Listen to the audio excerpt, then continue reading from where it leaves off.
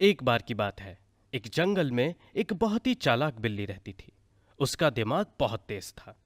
एक दिन चालाक बिल्ली रात में जंगल में घूम रही थी। तब उसे शेर कुत्ता नजर आता है।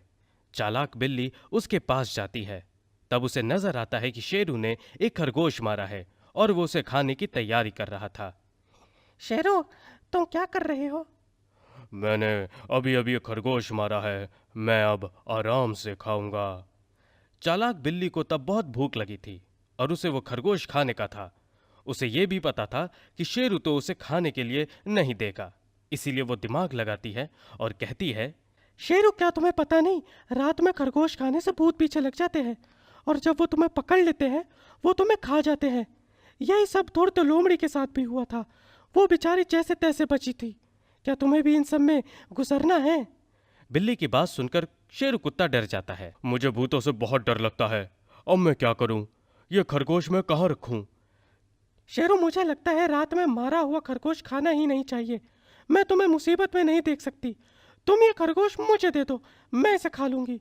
क्या? फिर तुम्हारे पीछे भूत नहीं लगेंगे?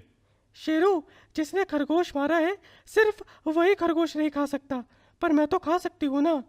अरे, ऐसी बात है। फिर तुम ये खरगोश ले सकती हो और तुम्हारा बहुत बहुत शुक्रिया। तुमने मुझे बड़ी मुसीबत में पड़ने से बचाया।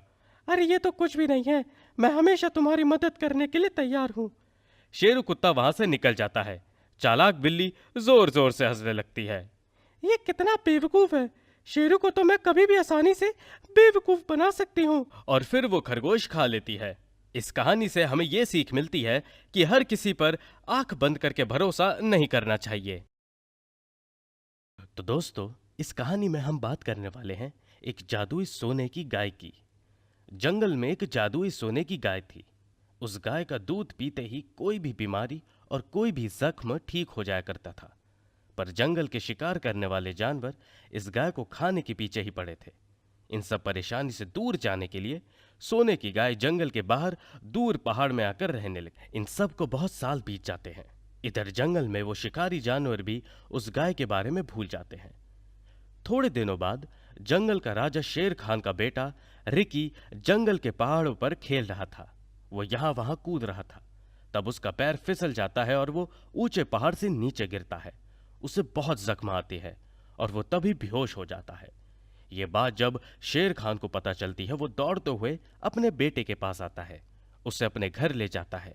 बहुत सारे उपाय करने पर भी शेर खान का बेटा ठीक नहीं हो पा रहा था और वो बेहोशी की हालत में ही था।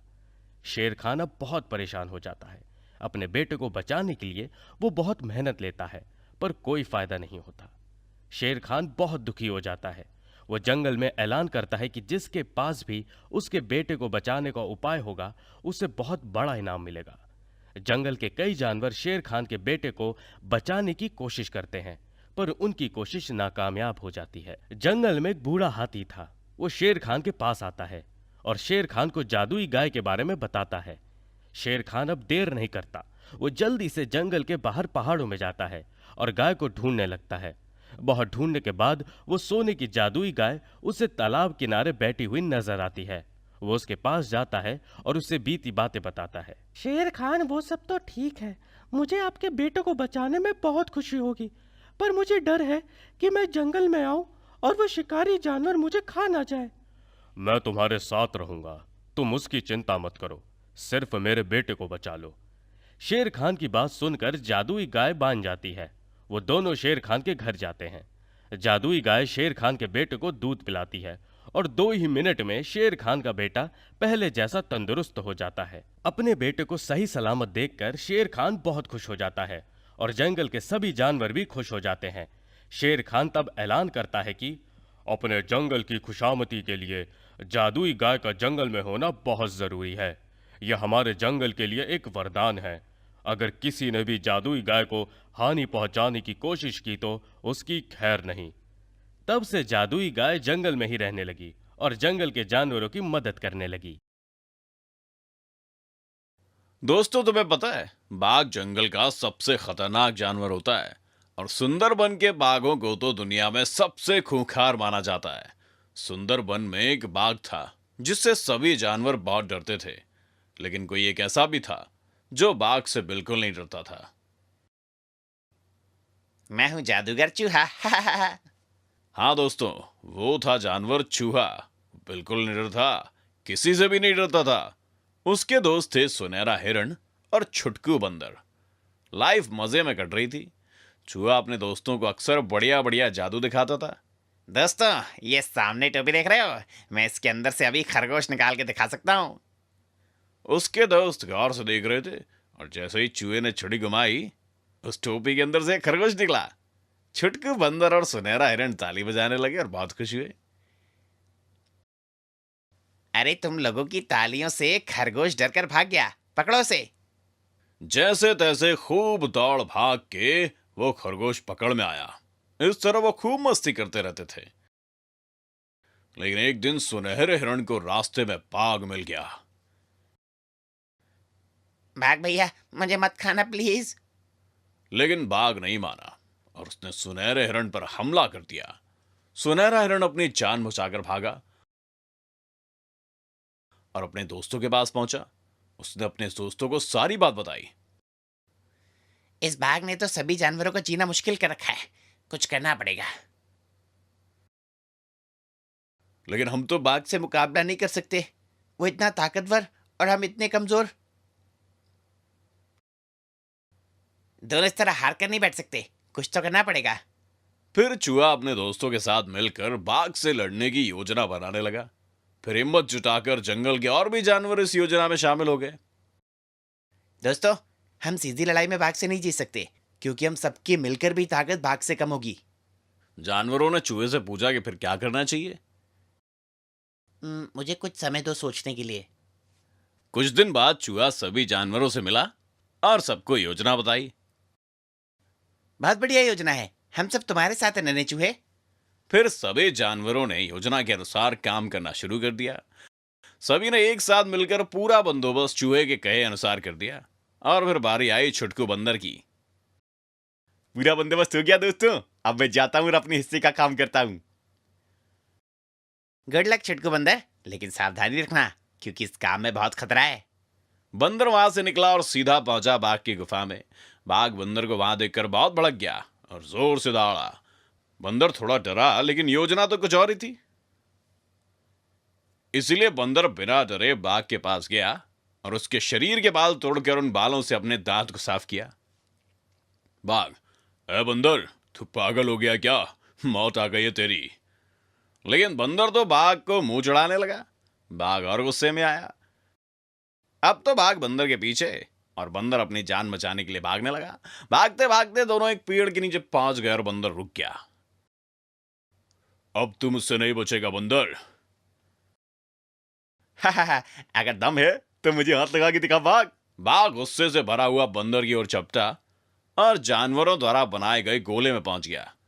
बंदर तो उछलकर पेड़ पर चढ़ गया और जंगल के सभी जानवर उस गोले के आसपास आकर खड़े हो गए।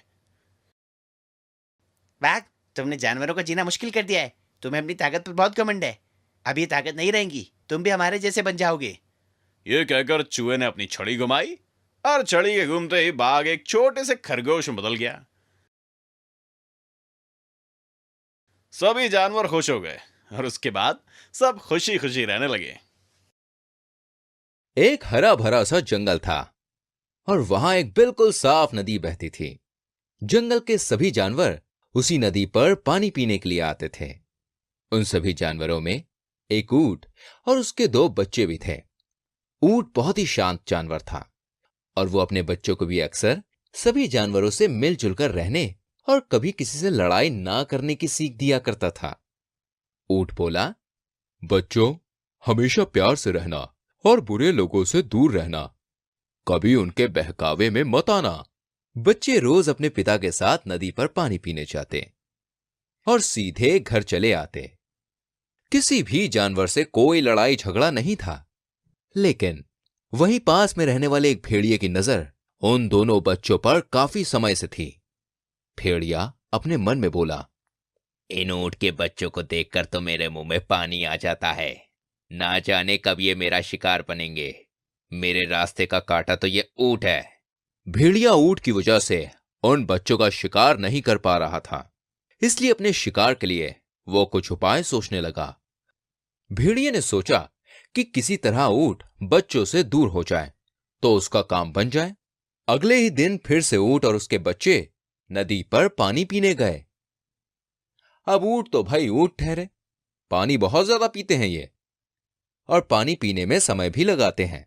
वो तीनों पानी पीने में लगे हुए थे और तभी भेड़िया वहीं पास झाड़ियों में आकर छुप गया और वो सब कुछ देख रहा था। भेड़िया बोला, मुझे कुछ ना कुछ करके दोनों बच्चों को ऊंट से दूर करना ही होगा। भेड़िए ने दिमाग लगाया और तभी उसको एक उपाय सूझा। भेड़िए ने चाल सोची और उसने अपने सिर पर थोड़ा लाल रंग लगा लिया। फिर वो ऊंट के पास गया और बोला, ऊंट भैया, मेरी मदद करो। देखो, मुझे बहुत चोट लग गई है और मेरा भाई वहां झाड़ियों के पीछे पड़ा हुआ है। मेरी मदद करो। ऊंट सोचता कि भाई भेड़िए की बात पर भरोसा तो नहीं किया जा सकता है, लेकिन फिर वो कुछ सोचकर बोलता है, ठीक है, मैं तुम्हारी मदद करने के लिए चलता हूं, और बच्चों, तुम यहीं रुकना, कहीं जाना मत, मैं अभी लौट कर आता हूं। अपने बच्चों को इतना समझाकर ऊंट भेड़ियों के साथ चल दिया और दूर झाड़ियों में जाकर ऊंट ने कहा, भेड़िए, यहां तो कोई नहीं है, कहां है तुम्हारा भाई? भेड़िया जोर जोर से हंसने लगा। कौन सा भाई? मेरा तो कोई भाई नहीं है, ये सब तो तुम्हें फंसाने की चाल थी।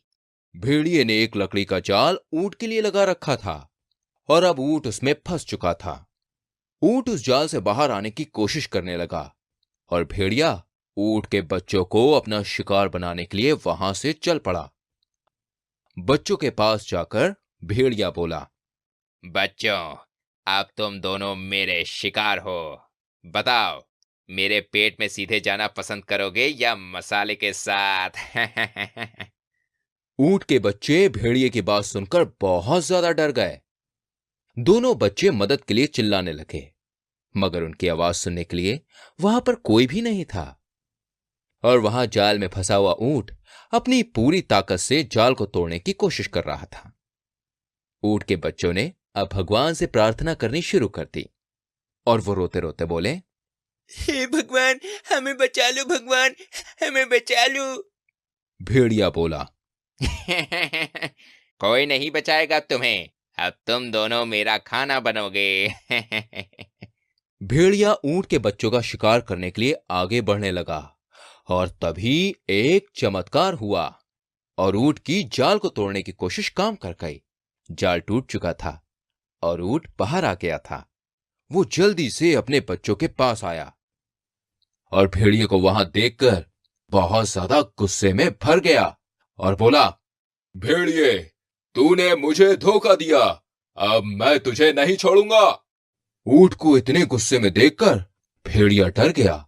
ऊंट ने गुस्से में अपनी बड़ी बड़ी और मजबूत टांगों से भेड़िए पर जोरदार हमला कर दिया और एक ही बार में भेड़िए का काम तमाम कर दिया।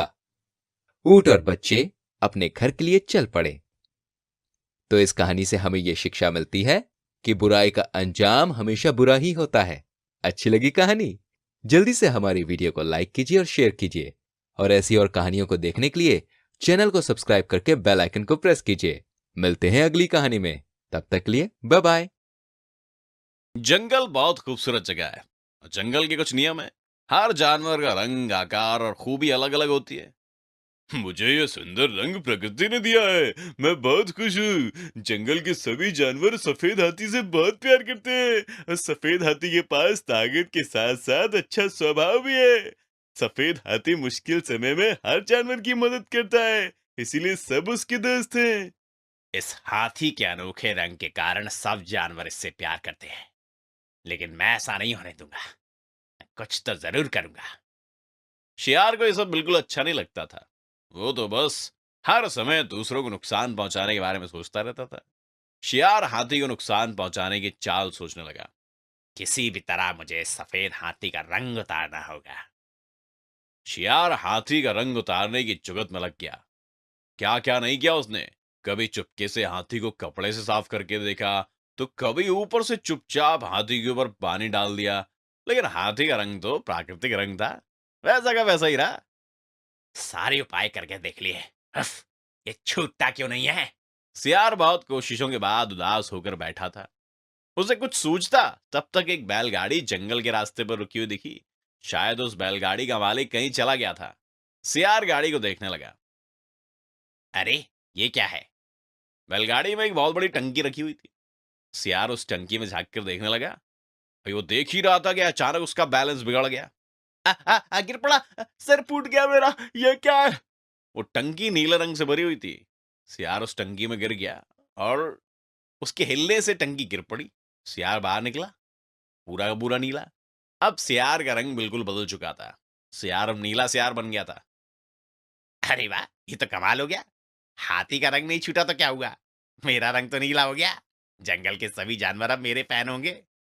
अपना नीला रंग लेकर नीला सियार जंगल के अंदर पहुंचा। जिस जिस जानवर ने उसे देखा देखता ही रह गया।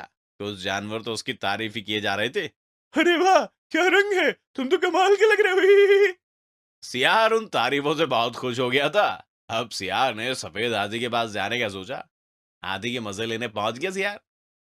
क्या हुआ हाथी, कैसा लग रहा हूं मैं? और कैसा है मेरा नीला रंग? ये तुम अच्छे लग रहे हो, लेकिन ये रंग कितने दिन रहेगा? क्या मतलब है कितने दिन रहेगा? कोई मजाक है क्या? हमेशा रहेगा ये रंग? ठीक है भाई, अब मैं चलता हूँ, नदी में नहाने जा रहा हूँ, क्या तुम चलोगे? हाँ हाँ, क्यों नहीं। सफेद हाथी और नीला सियार नदी में नहाने जा रहे थे, तभी हाथी बोला, ए सियार, नदी में उतरने से पहले जरा सोच लो, अरे क्या मैं डरपोक हूँ? कहीं तुम्हारा रंग न निकल जाए, इसलिए कह रहा हूँ। सियार नहीं माना और शेख ही बगाड़ने के चक्कर में नदी में उतर गया। हाथी तो मस्ती बना रहा था, लेकिन सियार नदी के पानी का रंग नीला होते देख चौंक गया। अरे ये क्या, ये पानी नीला क्यों हो गया? अरे तुम्हारे शरीर का रंग है सियार बाबू, जैसा कि मैंने कहा था। सियार नदी से बाहर निकल आया और अब पूरी तरह पहले जैसा हो चुका था। अपना रंग देखकर उदास हो गया, लेकिन हाथी ने उसे समझाया, दोस्त, तुम जैसे हो बहुत अच्छे हो। भगवान ने सबको एक अलग पहचान दी है और हमें उस पहचान का सम्मान करना चाहिए। अब सियार खुश था, बात समझ आ गई थी, उसकी हाथी से दोस्ती भी हो गई थी। शिक्षा, हम जैसे हैं बहुत अच्छे हैं, हमें अपनी बुरी आदतों को बदलना चाहिए।